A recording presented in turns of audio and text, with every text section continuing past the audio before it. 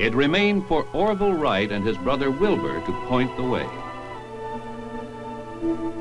On December 17, 1903, in Kitty Hawk, North Carolina, Orville won the flip of a coin and immortality.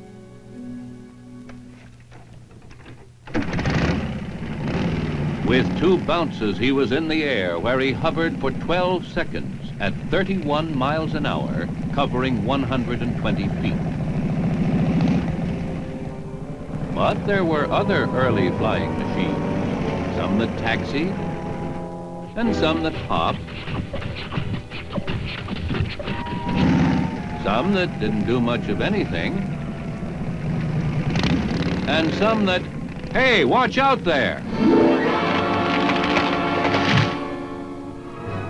In 1907, the Army recognized the potential of aviation, and in 1909 it purchased the first military plane.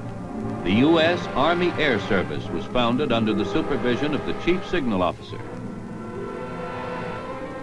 Early Army pilots were assigned the task of testing and improving the piano wire and canvas airships. They flew test after test. Not all of the flights were successful. The first man to die in a plane crash was an Army lieutenant. Now, planes were getting bigger. By 1910, an unknown enthusiast named Glenn Curtis was building and flying amphibians.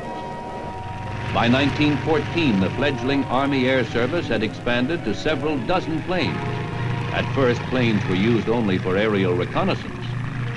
But in time, bombs, and then machine guns were added. Pilots who had once waved at each other as they passed now shot to kill.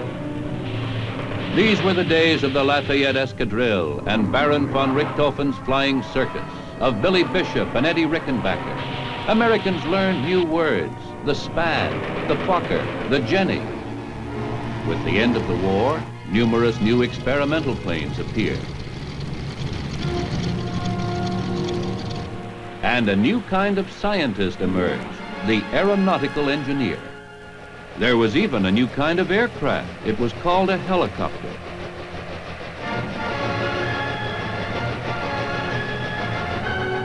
By the middle 20s, there seemed no doubt that the helicopter would fly. The only question was, in which direction?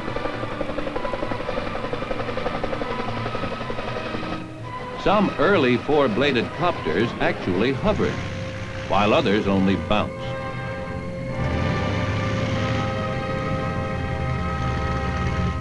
Before long, however, there was evidence enough that the helicopter was here to stay.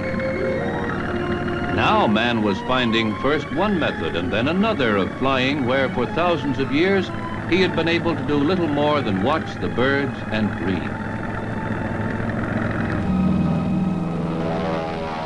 These were the days of the stunt pilots.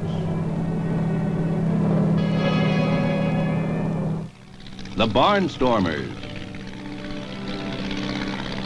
When the thrill of seeing a parachute open was new. Records were being broken. Alcock and Brown became the first to conquer the Atlantic.